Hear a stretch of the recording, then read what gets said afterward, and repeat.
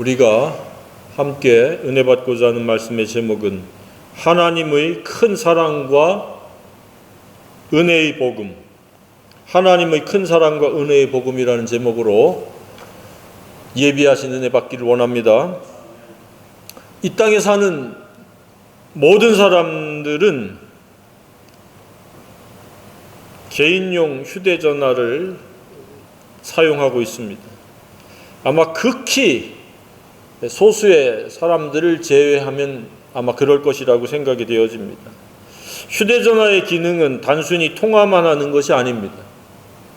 온갖 볼거리, 알거리부터 온갖 정보와 소식과 지식을 제공해주고 있고, 뿐만 아니라 가짜 뉴스, 페이크 뉴스도 엄청나게 쏟아져 나오고 있습니다.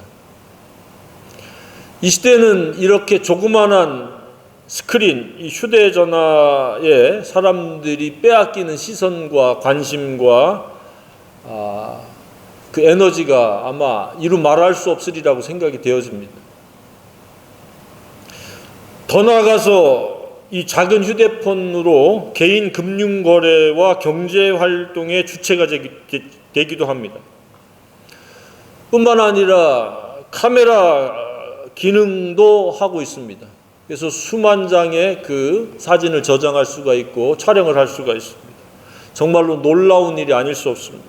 앞으로 이 휴대전화가 얼마나 어떻게 더 많이 발전할지 짐작하기 어렵습니다. 아마 기상천외한 그런 기능들이 계속 추가가 되어지리라고 생각이 되어집니다. 그렇기 때문에 그 휴대전화를 만들거나 연구하는 사람들은 계속해서 새로운 기능, 사람들이 혹할 수 있는 그러한 기능들을 생각해내고 아이디어를 짜내고 있으리라고 생각이 되어집니다. 우리는 이러한 휴대전화 하나만으로도 종말의 시대임을 느끼고 알 수 있습니다. 다니엘서 12장 4절 하반절에 많은 사람들이 빨리 왕래하며 지식이 더하리라. 휴대폰을 통해서 지식의 보편화, 평균화가 이루어지고 있습니다. 너도 알고 나도 알고 모르는 게 없습니다. 알고 싶은 거 몇 초만 클릭하면 금방 제공을 해주고 있습니다. 어마어마한 지식과 정보와 소식이 끊임없이 생성되고 쏟아져 나오고 있는 시대에 살고 있습니다. 이처럼 지식이 더한 시대가 없습니다. 그렇다 할지라도 세상의 온갖 소식과 정보, 지식을 다 모아도 하나님의 복음인 이 기쁜 소식을 대신할 수 없다고 생각이 되어집니다.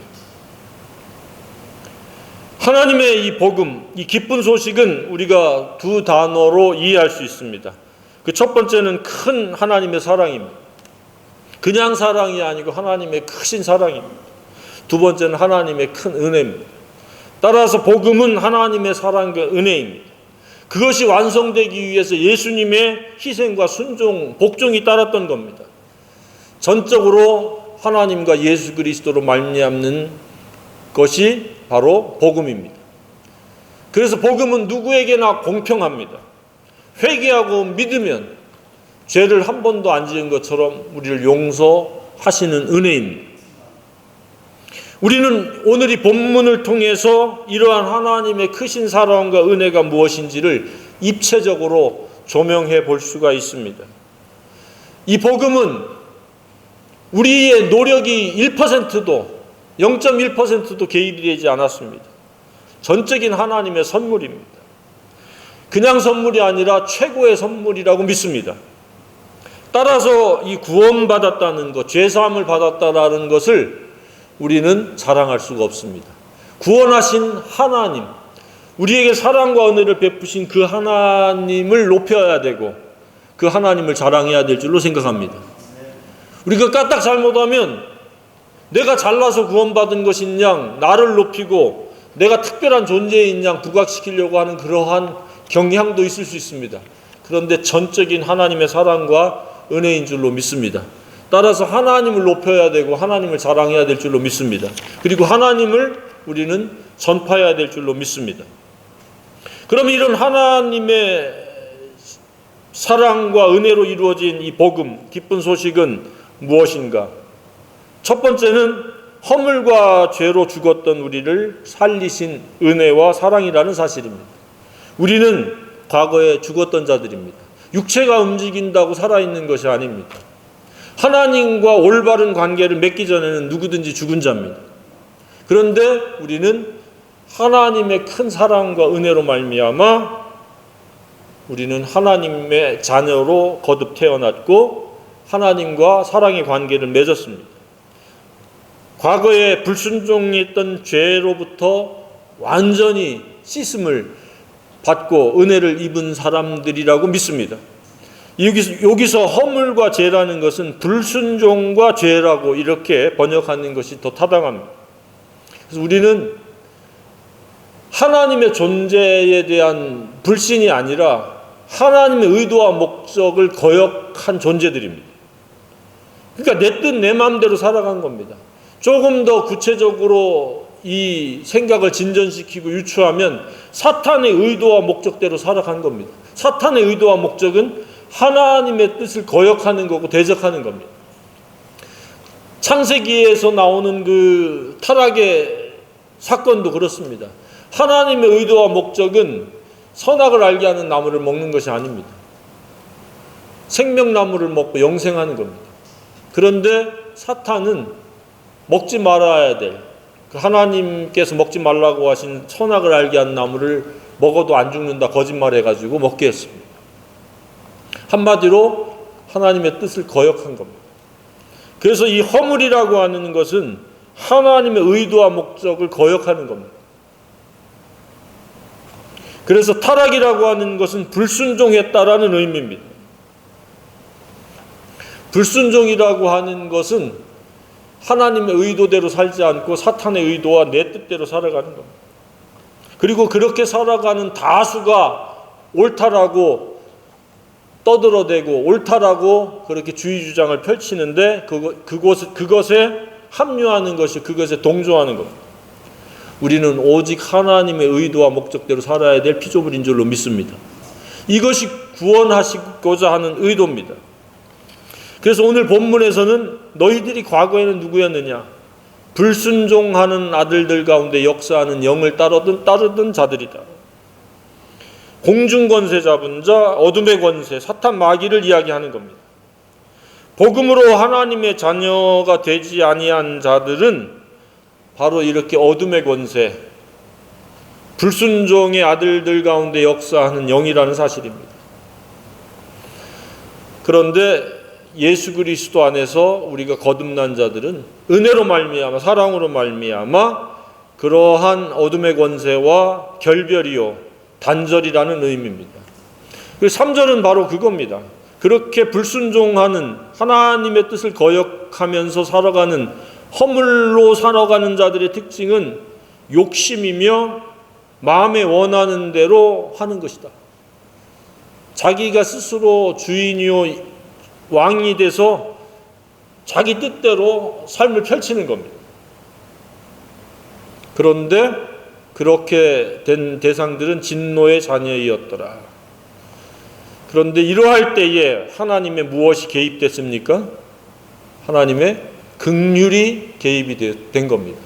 하나님의 긍휼이 작용을 했을 때 우리는 그 큰 사랑을 입게 되고 은혜로 구원을 받을 수 있게 되었습니다.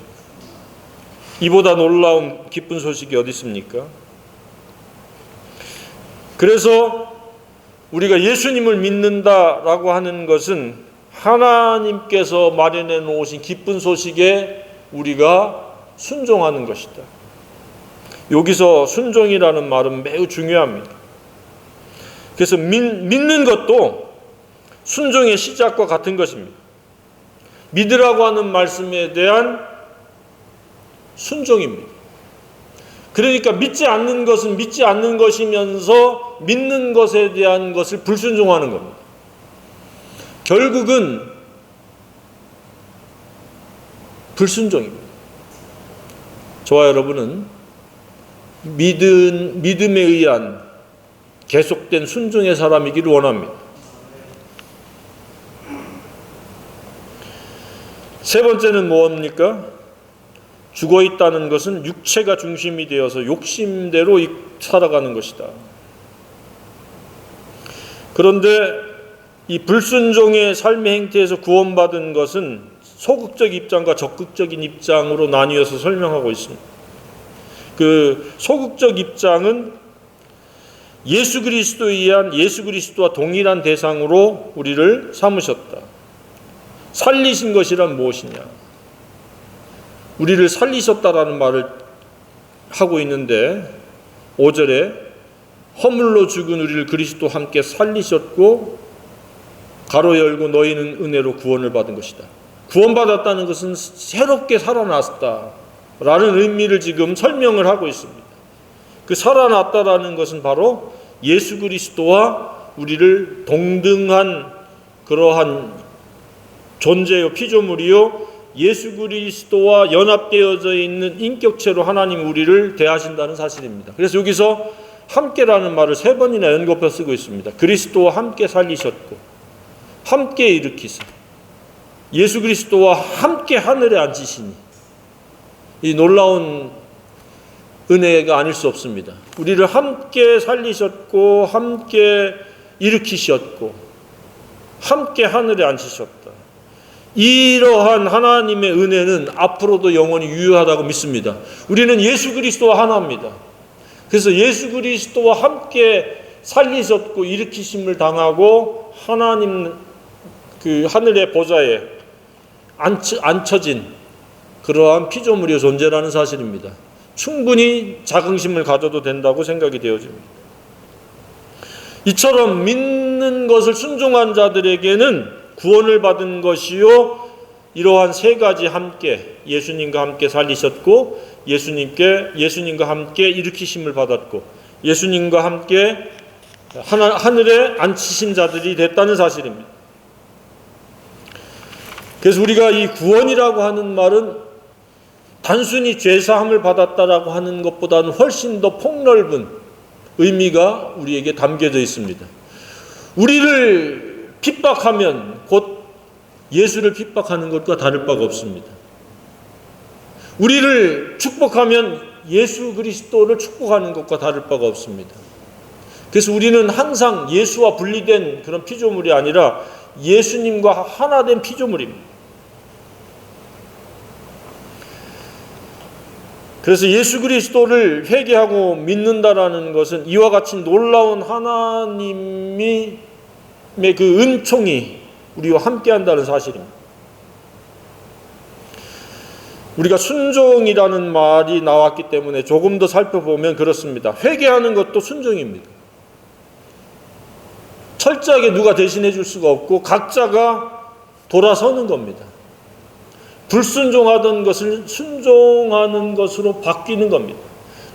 하나님을 믿지 않던 것을 믿는 것으로 바뀌는 겁니다. 믿는 것도 순종이요 모든 것들이 순종입니다. 하나님의 뜻, 계명을 순종하는 것도 순종입니다. 그래서 순종은 다시 살아난 것이고 다시 일으켜진 것이고 하늘에 앉혀진 것과 다를 바가 없다. 3번째로 하나님께서는 우리를 살리셨다라고 하는 것은 무엇인가? 바로 우리로 하여금 예수 그리스도 하나님의 그 놀라우신 사랑과 은혜를 다음 세대로 이어가면서 전파하고 증인이 되기 위해서 우리를 그렇게 하셨다는 겁니다. 우리를 먼저 구원하셨다는 겁니다. 그게 바로 7절입니다. 이는 그리스도 예수 안에서 우리에게 자비하심으로써 그 은혜의 지극히 풍성함을 오는 여러 세대에 나타내려 하십니다.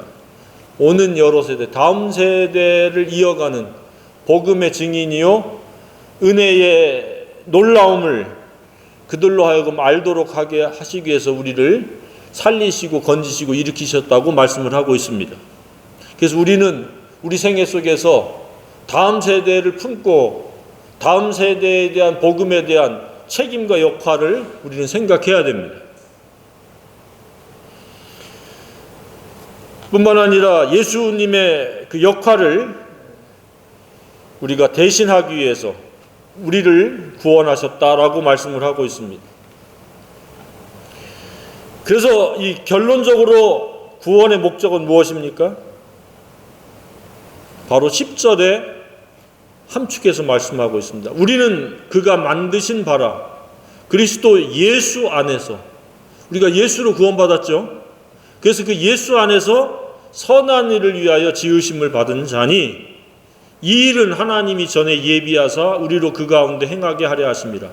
그러니까 우리가 타락한 직후에 하나님이 이 일을 계획하시고 설계하시고 디자인하셔서 예수 그리스도로 말미암아 우리를 구원하셔서 예수 그리스도를 대신해서 우리가 살아갈 수 있도록 하나님께서 이 일을 계획하셨다. 우리를 구원하셨다라고 지금 말씀을 하시는 겁니다. 우리를 그냥 구원하시는, 그래서 우리가 죄사함 받았다라고 하는 것에만 국한시키는 것이 아니라 우리는 하나님의 피조물 일 뿐만 아니라 예수 안에서 선한 일, 무엇입니까? 선한 일이 바로 광의적 의미는 사랑하는 일이요, 좀 협의적 의미는 복음을 통해서 다른 사람들로 하여금 죄사함을 받고 우리와 같이 구원받도록 하는 일에 소용되어지고 쓰임받게 하기 위해서 하나님 우리를 구원하셨다는 사실입니다. 우리는 이 구원의 목적을 우리가 분명히 인지를 해야 됩니다.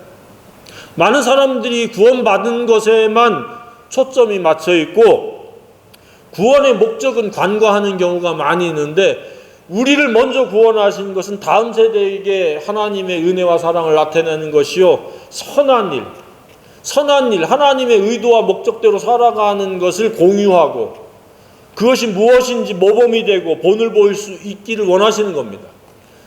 그래서 복음을 전할 때에 우리가 말로 이론으로 원리적으로 전하는 복음이 필요하지만 삶으로 전하는 복음이 되어야 한다고 믿습니다. 아, 저렇게 살아야 되는구나, 저렇게 말해야 되는구나, 저렇게 그 비전과 소원과 꿈을 가져야 되는구나 라고 하는 것을 주위 사람들이 느끼고 알 수 있도록 하는 저와 여러분이 되기를 원합니다. 그것은 바로 선한 일을 우리가 행해야 되는 것이고 선한 일을 꿈꿔야 됩니다. 우리에게 주신 남은 생애가 얼마일런지 모르지만 복음을 위해서 비전을 가지고 복음을 위해서 꿈을 꿔야 됩니다. 왜? 복음이 아니고는 사람들을 살려낼 방법이 없습니다.